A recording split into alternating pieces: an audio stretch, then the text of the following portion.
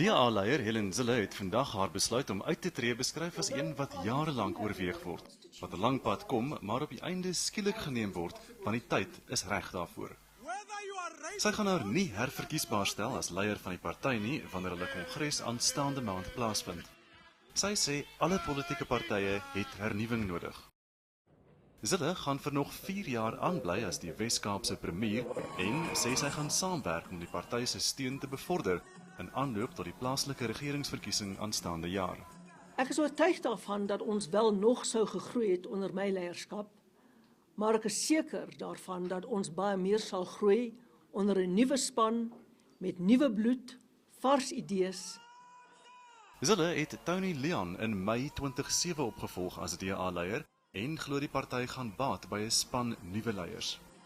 As jy verkies word as 'n leier van 'n party, weet baie mense niks of baie min van jou af. En dit is belangrik om 'n profiel op te bou en om nuwe bloed en nuwe leierskap 'n platform te gee, sodat hulle 'n kans gegee word om te lei. Die DA het 'n ongelooflike diepte van leierskap.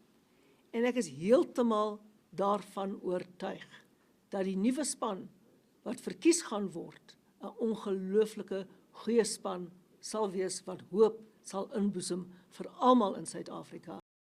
Sy het duidelik gestel dat sy nie gaan betrokke raak by die verkiesing van haar plaasvervanger nie. Ek gaan geen kandidaat ondersteun vir leierskap nie, glad nie. Ons moet 'n goeie kandidaat kies. Ons moet 'n goeie kandidaat daarstel wat die hele land kan lei. Die kiesers wat ons tans het en die kiesers wat ons nog moet bykry. Dit is die maatstaf en dis die enigste maatstaf. Tog glo sy die kandidaate wat gaan meeding om as nuwe DA-leier verkies te word, gaan in 'n taai stryd gewikkel wees.